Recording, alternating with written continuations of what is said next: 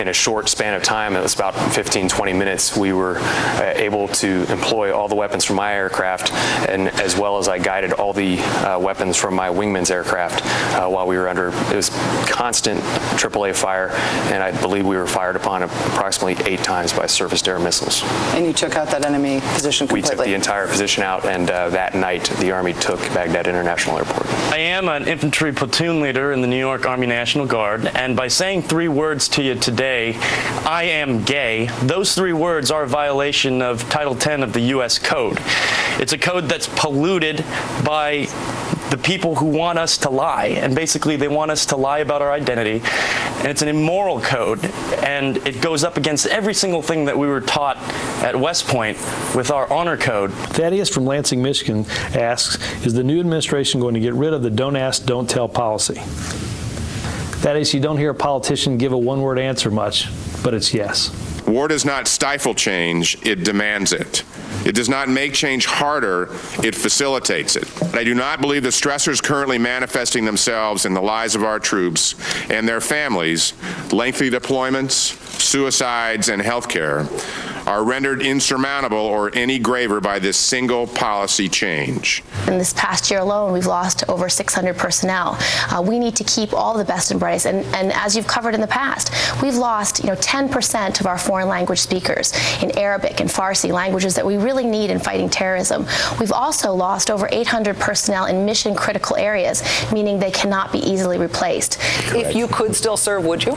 Absolutely. I will be one of the first people, if not the first person, to go back in. And there's no greater desire than I have right now to go back into the Air Force as an officer and a leader. Breaking news from Capitol Hill tonight, where the House of Representatives is expected imminently to vote on an amendment to the Defense Authorization Bill that would repeal Don't Ask, Don't Tell, pending Pentagon review. Today, Defense Secretary Bob Gates announced changes to the way that Don't Ask, Don't Tell will be implemented.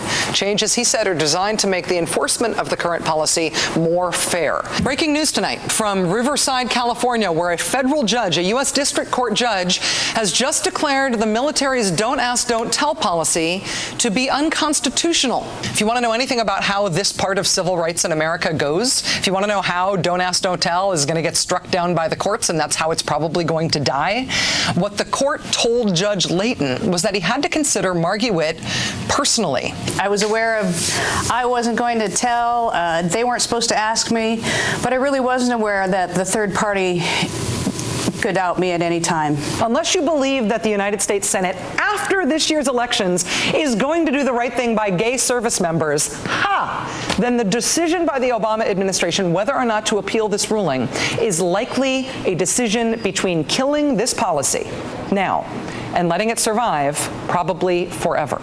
The White House keeps saying they expect that the Senate is going to repeal Don't Ask, Don't Tell after the elections. I find that impossible to imagine. I think there's a lot of people around the country not exhaling until the end of this vote. This has felt like it was going to go away a lot of times before. And it seems like it really is this time, but until that vote is called, I think a lot of people will not be breathing. Good evening. A landmark vote on Capitol Hill today appears to signal a new era in gay rights in this country while abolishing long-held military tradition and policy. Sometime this week, President Obama will sign the newly passed legislation that repeals the Don't Ask, Don't Tell policy. That means for the time being, gays and lesbians will be allowed to openly serve in the U.S. military.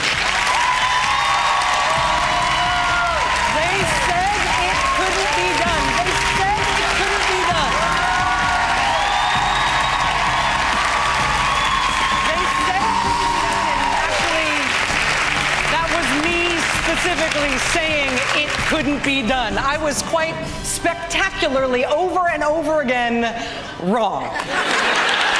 It's done. Don't Ask, Don't Tell lived 17 years, and now it shall be repealed. Joining us now are 4 of the reasons why it is being repealed. Air Force Lieutenant Colonel Victor Fehrenbach, he is an F-15 fighter pilot facing discharge from the Air Force under Don't Ask, Don't Tell. After 19 and a half years of service, and multiple combat deployments to both Iraq and Afghanistan. He has been decorated with 9 air medals, including one for heroism.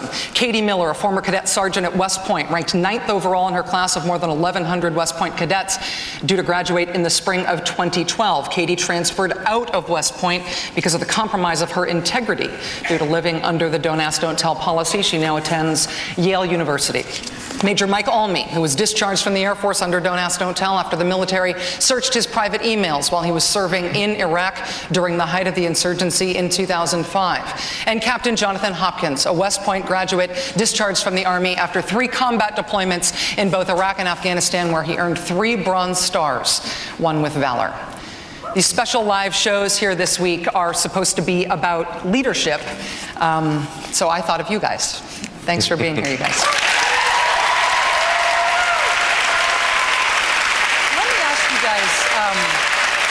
First, down the line, your reaction to hearing this weekend that the Senate repeal of Don't Ask, Don't Tell finally happened. You saw this idiot on cable news there over and over and over again in that segment saying it could definitely never happen in this way. How did you feel when it finally did happen? You know, the president told me over a year ago that he was going to get this done, and when he said it, I knew he believed it. To be honest with you, up till last Thursday or so, I didn't believe it. I didn't think I would see this day until I was discharged or my retirement in September.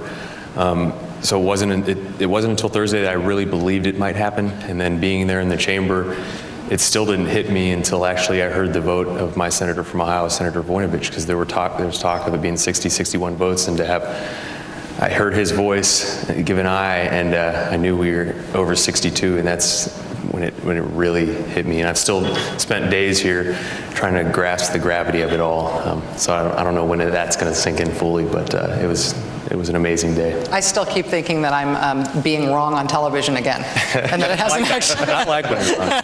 I like when I'm wrong about stuff like this. Katie, how did you feel?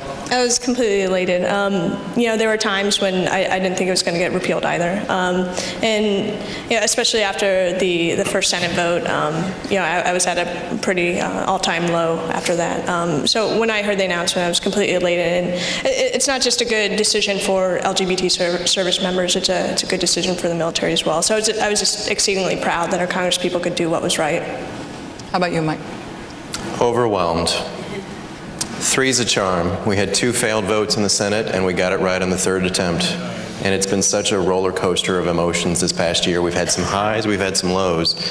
And I was starting to doubt it was going to happen in the lame duck just because of the calendar. We were running out of time, but we did it. How about you, John? I'm excited for tens of thousands of people who are gay and in the service, that they no longer have to go to work and feel like they're a criminal because they could get fired for just who they are. I spent 9 years in and knew the amount of pain that caused. But secondly, I felt very, very proud for those 65 senators that it's not too often that members of the Senate get to vote on something that really changes people's lives and reaffirms the very special American right to treat everyone the same, and made me very proud.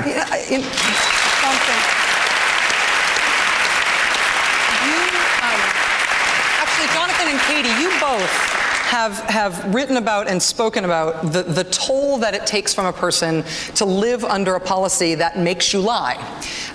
The stress, compromise to your integrity, as you wrote it in your resignation statement to West Point, depression, things that you wrote about, that you've written about since you were discharged.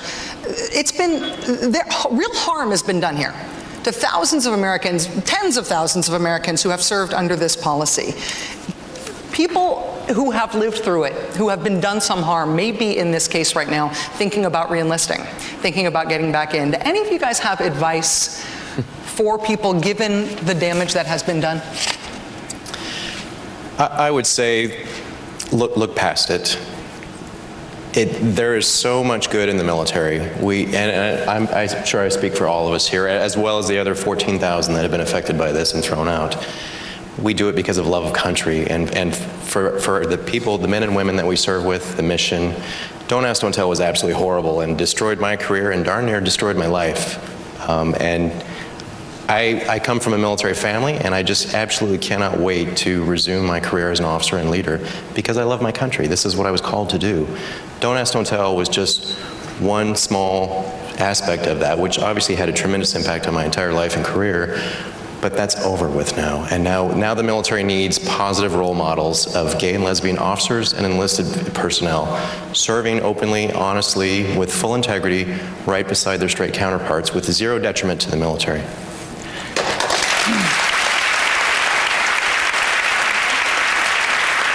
Something that I always said while I was part of the military and say it today is one thing that made me proudest about it is it makes everyone better. It doesn't matter if you come from a good family or bad family. When you go into the military, you have numerous moms and dads making you a better person, reinforcing certain values that make the military strong. Don't Ask, Don't Tell was the one exception to that. I mean, in amidst making everybody stronger, it destroyed part of the inside, and you couldn't talk to anybody about it. So, I mean, it's a wonderful organization, and it does so much for all of us. People can go and do that proudly now. Victor, let me ask you, just thinking about leadership, you initially decided, I know, that you weren't going to fight your discharge, that you wanted it over quietly and quickly, and you just wanted it done with. What made you change your mind and decide to stand up and be counted and fight it? There were actually a couple decision points I had to make there.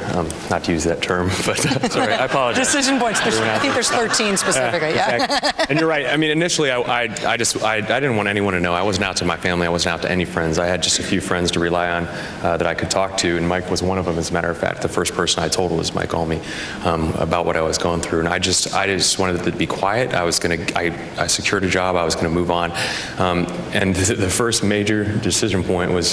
I was at the lowest low. I mean, where I wanted to quit a lot of things, including life. Then somebody said, you need to hear this story about Major Margaret Witt in Washington. She just won a case. She fought and she won a case, and this could apply to you somehow. And so read about that, and I did. And that was the first sign that I had of hope, that somebody could actually fight and win. It was her will to fight, to stick to it.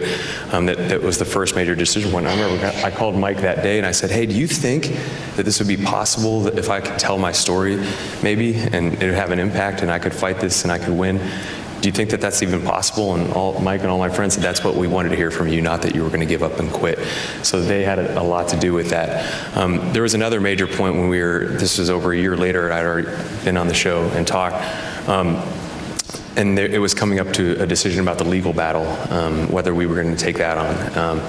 And so again, I always knew it was the right thing to do, and I just wondered if I had the courage to do it, and I wasn't sure about that. So I was going to make the decision up to last Thanksgiving, and we were talking to some law firms about it, and one of my concerns was, how is this going to impact my personal life? You know, was it going to be invasive and sort of take all my privacy away?